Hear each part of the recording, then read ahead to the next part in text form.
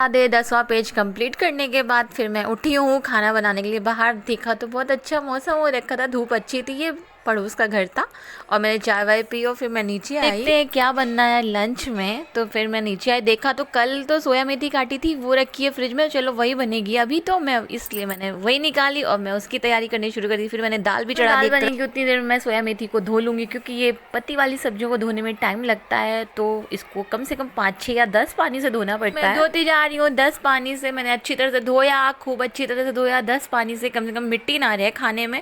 फटाफट धोने के बाद फिर मैंने उसके लिए आलू भी काट लिया, क्योंकि आलू तो पड़ेगा, वो तो जरूरी है। आलू भी छील डाले। फिर मैंने लहसुन छीला, क्योंकि लहसुन से तड़का लगता है। हरी सब्जियों को तो लहसुन से तड़का लगाते हैं हम लोग। तो दाल के लिए भी लहसुन छील लिया और इसके सोया मेथी के लिए भी लहसुन छील लिया।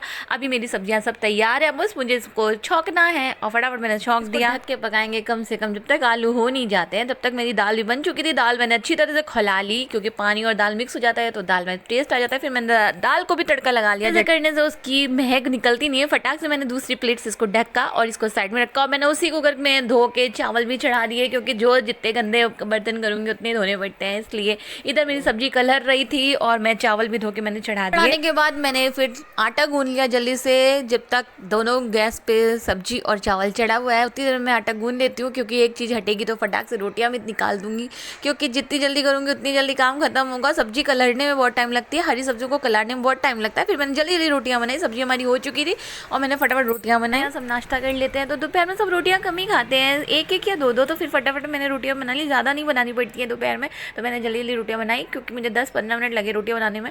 और फिर उसके बाद किचन तो जानते ही हो बहुत गंदा हो जाता है। मेरे थोड़े तो पसीने छूट चुके थे, फिर भी मैंने बिना टाइम वेस्ट किए किचन भी क्लीन करना शुरू कर दिया, क्योंकि किचन गंदा मुझे पसंद नहीं आता। ये सब आपको मालूम है। जल्दी जल्दी सबको खाने को साइड कॉर्नर करा, रोटी सबको एक साइड रखा, बाउल में शिफ्ट किया, बाल बड़े बर्तन धोने को रख दिए और फिर मैंने किचन क्लीन स्टार्ट कर दिया। क्लीनिंग बहुत ज़रूरी है, किचन बहुत गंदा हो जाता है, इसलिए वो सबसे ज़्यादा ज़रूरी है। खाना बनाने के बाद बहुत मस्त सफाई करती हूँ किचन की, क्योंकि कोई ऑयल ना रह जाए। तो फटाफट मैंने किचन साफ़ किया, क्योंकि किचन बहुत बड़ा नहीं है, थोड़ा छोटा है ये, इसलिए क्लीन रखो तो ज़्यादा अच्छा है।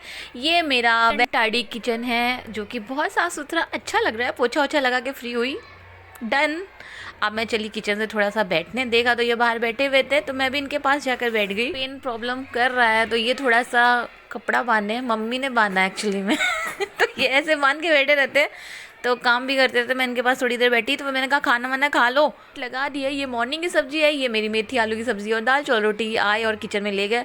आप लोग सोचते हो कि एक ही टी शर्ट पहनते हैं, इनकी फेवरेट टी शर्ट है ग्रीन कलर की, इसलिए ये एक ही पहनते हैं। और ये मेरी प्लेट है जो कि मैं लेकर गई, और ये सैंडविच है जो मॉर्निंग में बना था वो भी मैंने खाया।